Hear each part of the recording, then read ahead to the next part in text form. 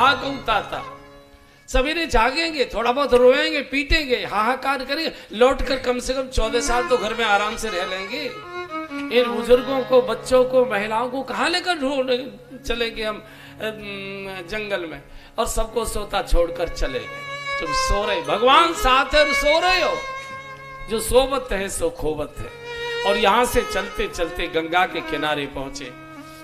गंगा के किनारे बहुत छोटा सा झोंपड़ियों का एक माजरा, हमारे पश्चिमों से नगला कहते हैं, माजरा कहते हैं। छोटा सा जो गांव होता है 10-20-50-100 घरों का माजरा। क्या कहते हैं यहाँ बाबूजी, क्या कहते हैं? माजरा ही कहते हैं।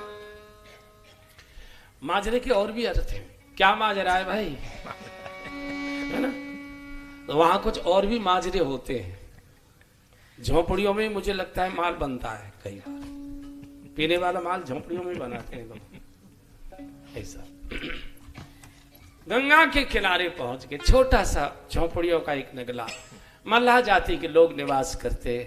कोल बील हैं, जंगल में जाते हैं, पशु चराते हैं, लकड़ी काट कर लाते हैं, घास लाते हैं, कंदमूल फल लाते हैं, जीवन जी रहे हैं, बहुत सामान्य जीवन जीते हैं। यहाँ का चौधरी था गोह, गांव का जो चौधरी होता है गोह था। इसकी ननिहाल थी अयोध्या में। इसकी जो माँ थी वो अयोध्या की थी। तो बचपन में माँ के साथ आया करता था। और बचपन में कोई राजा रंग का नहीं होता, सब बच्चे साथ साथ गिल्ली डंडा खेलते हैं। बचपन में कोई छोटा बड़ा नहीं होता। ये जब बड़े हो जाते तब मैं शुरू होता है कि मैं इतने बड़े घर का हूँ, ये तो गरीब मजदूर का है।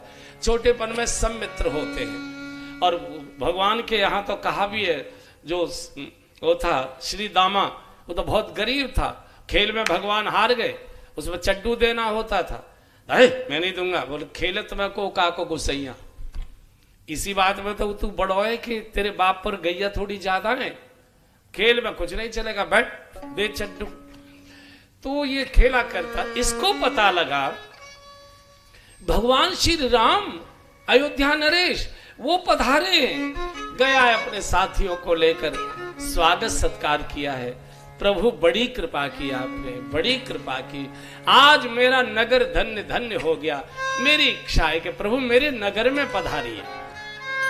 लक्ष्मण जी मन मन में मुस्कुराने लगे, देखो दिमाग खराब हो गया। जरासी भगवान ने लिफ्ट दी, कहो गुरु कैसे हो गुरु, कैसे सब बाल बच्चे सब ठीक है? वो कहने लगा मेरे नगर में पधारिए। बुद्धि बिगड़ गई। तो जो व्यंग की हंसी होती है वो अलग प्रकार की होती है। व्यंग की जो हंसी होती है, माताएं जब व्यंग में हंसती है तो रूमाल या साड़ी का पल्ला दांतों में लगा लेती है। तो ये संकेत होते हैं हमेशा। तो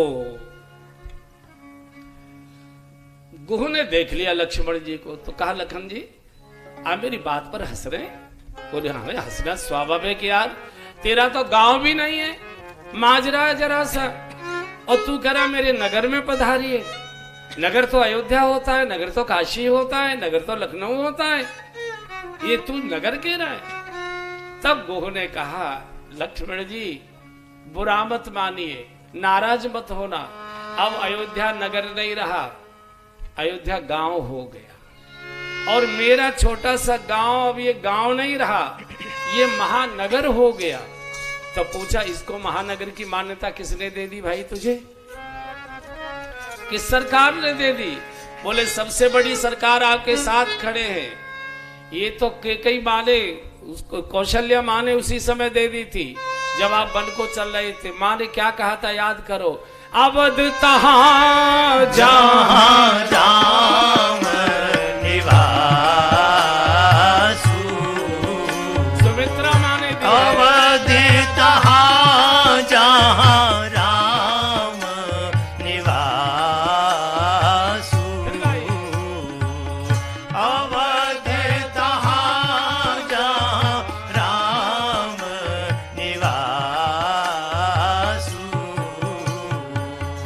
हरि दिवस जहां भानु प्रकाशु।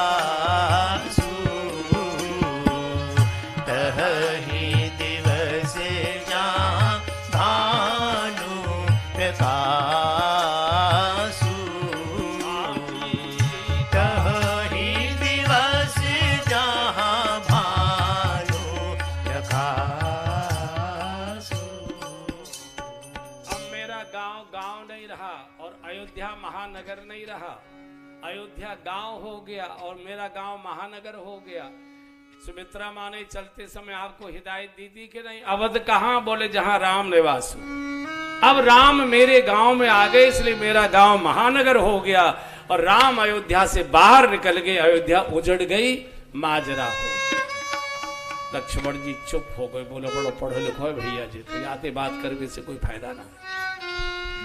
भगवान ने कहा गुह मन तो था कि तुम्हारे घर चलते, बच्चों से मिलते सबसे, लेकिन 14 वर्ष कहीं गांव नगर में जाने की अनुमति नहीं है, यही रुकेंगे, फिर जब लौट कर आएंगे तब देखेंगे। इस समय तो हम 14 वर्ष पिताजी की आज्ञा में हैं। रात्रि को वही जंगल में ही बहुत सुंदर झोपड़ी तैयार की है गुह ने प्रभु को और जानकी जी को सुंदर आसन। रात्रि को प्रभु ने वही विश्राम किया। अगले दिन प्रातःकाल सुमंत्र जी को भगवान ने कहा जटाएं बनाने के लिए दूध मंगाया है बटका।